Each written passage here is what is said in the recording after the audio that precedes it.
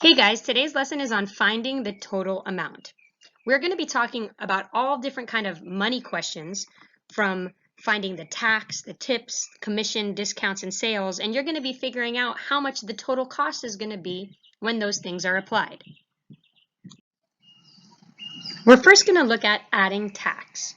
This is something that you're probably very familiar with. Pretty much everything you buy has tax added to it. So let's figure out how it's calculated. The first thing you need to know is you're going to multiply whatever the original amount is by the percent that the tax is being applied. And then you're going to add that tax to the original amount. So let's look at some examples. Our first example here deals with Grumpy Cat. Grumpy Cat's owner, Tabitha Bundinson, went to the pet store to buy her cat something to make her happy because she just always seems so grumpy. So she saw this Kitty City tunnel bed and thought it would be perfect. The price tag said that the Kitty City tunnel bed cost $38. How much is the total cost of the bed if there is a 7% sales tax? So in order to calculate what she's paying in total, we're going to have to add the original price to the amount of tax that's applied. So let's look at the numbers in this word problem. We see that the original cost is $38. Now highlight that. And we're applying a 7% sales tax. So that's what this is going to look like before we do any calculation. $38 plus $38 times 7%. Now, in order to multiply anything by a percent, you need to first turn it into a decimal. So remember, when we are taking a percent, like we have here, and turning it into a decimal, you need to move the decimal 2 places to the left. So what we're going to have will look like this.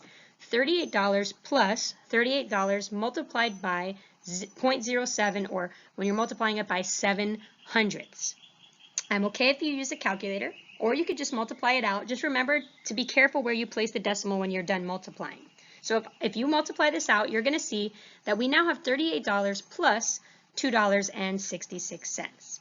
To find the total cost, you're going to add those two values together and see that the total cost for the Kitty City tunnel bed is $40.66. It's important if you're doing a multiple choice question that you understand what tax is going to do. No matter what, if I have an original amount and I'm paying tax on that, if they're asking me for the total cost, my value should go up.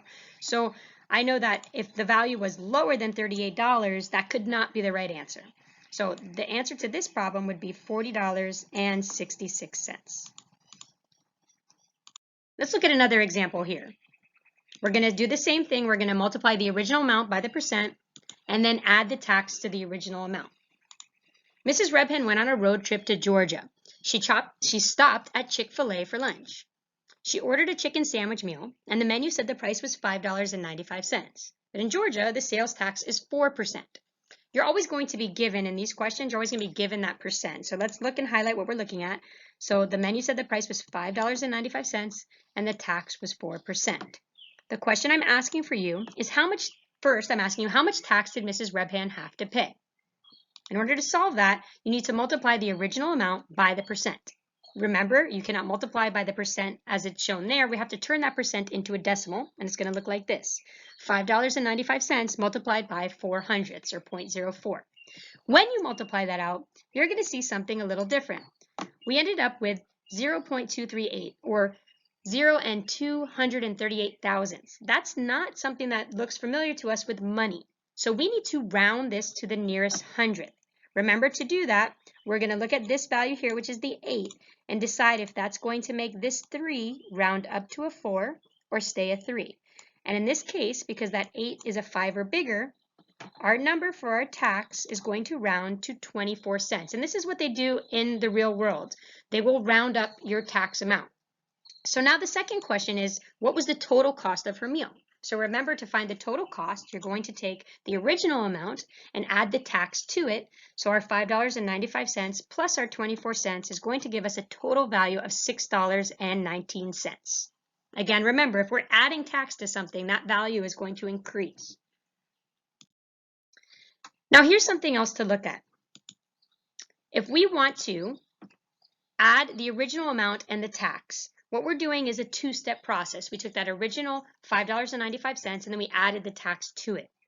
In the Edgenuity lesson, and just something you can think about to simplify things and make it a one-step process, you can do that $5.95 plus the $5.95 times the tax and turn this into one step.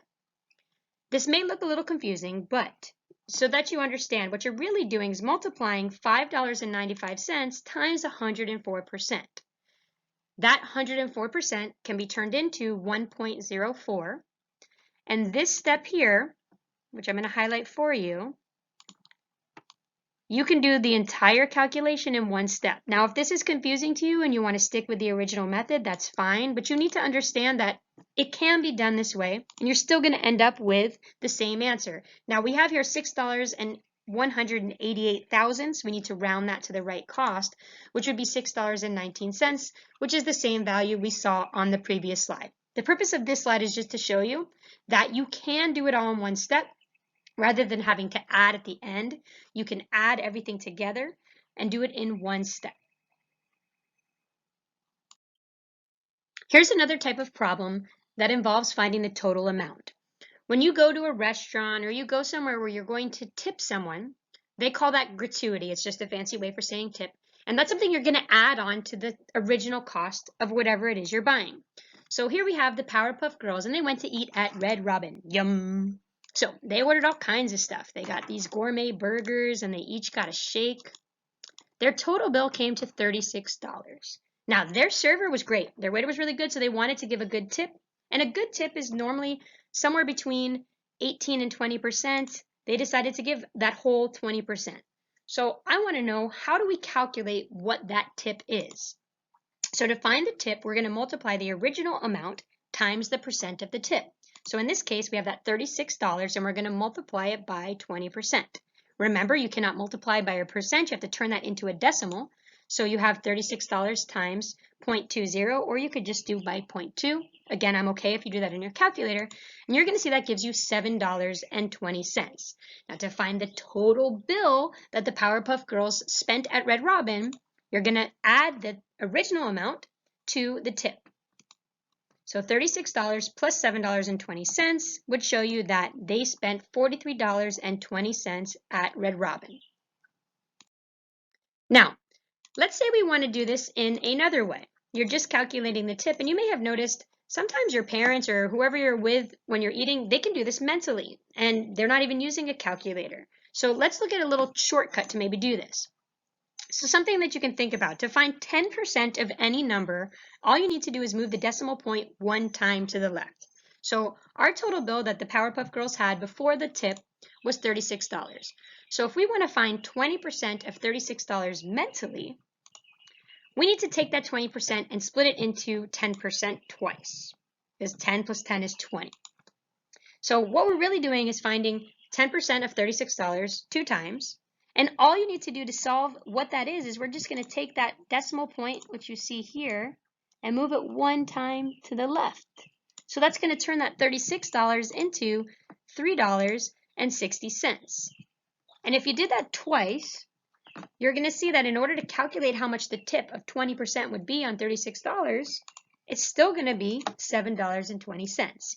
Now again, you don't have to use this method, but it is how people do it in their mind when they want to calculate quickly without a calculator how much tip to give. Finding 10% of something is simply moving the decimal point one place to the left. So 10% of $36 was $3.60. $3.60 twice would be $7.20. The next type of question we're going to talk about is called finding commission. At some jobs, people earn money based on how much they sell, and that's called commission. This gives people the incentive to work harder because on top of their salary that they're going to make no matter what, they're going to earn extra money based on how much they sell. So Jim here, he's a character on the show The Office, and he makes 20% commission of his sales at the Dunder Mifflin Paper Company. So let's say Jim makes $600 a week. So no matter what, he's making a salary of $600 a week, but he also gets 20% commission on whatever he sells. Here's your question. Last week, Jim sold $400 worth of paper. How much total money did Jim make last week? So the only difference that you need to worry about on these commission questions is that salary that he makes at the beginning. So no matter what, you're going to add $600 to this. So in order to calculate what Jim made last week, you have that $600, but then you're going to add 20% of $400. That's going to be his commission. So remember that 20%, we need to turn that into a decimal. in order to find out how much commission he made. And then we're going to add that money to his $600. After you multiply 400 by 0.20, you'd see that gives you $80. So if the question just asked how much money did he make in commission, he made $80 commission. But we asked how much total money did Jim make, so we add 600 plus 80 to see that the total amount of money Jim made last week was $680. So these type of commission questions are all going to be very similar. You'll see how much was sold, what percent commission they make, and then you're going to add that to their salary if they ask you for the total amount earned. The next type of question deals with sales and discounts. These questions are similar because we're still going to be taking that percent and multiplying it by the original amount, but the difference is now we're going to be subtracting that value from the original amount. So here's an example. Mrs. Rebham went to Publix and bought a bag of goldfish and a bag of Sour Patch candy. The bill came to $7, but she had a coupon for 25% off. How much did she have to pay after using the coupon? So we're still going to set this up in a similar manner, where we're going to now, though, take the original amount and subtract the discount. But when we're plugging in these amounts, it's going to look similar. So we have $7 minus the $7.25 times 25%. Now remember, you can't multiply by the percent, so we're going to have to first turn that into a decimal. Something I want to bring up, it is definitely okay to use your calculators, but make sure you're doing this step by step first on paper, because if you try to just enter this into your calculator, it's going to follow order of operations differently than if you would do it on with a pencil and paper. So first make sure you calculate using calculate this value here, $7 multiplied by 0.25. I'm okay with that if you use a calculator, and you're going to see that it's $7 minus $1.75. Then when you subtract those two, you're going to see your new amount is $5.25.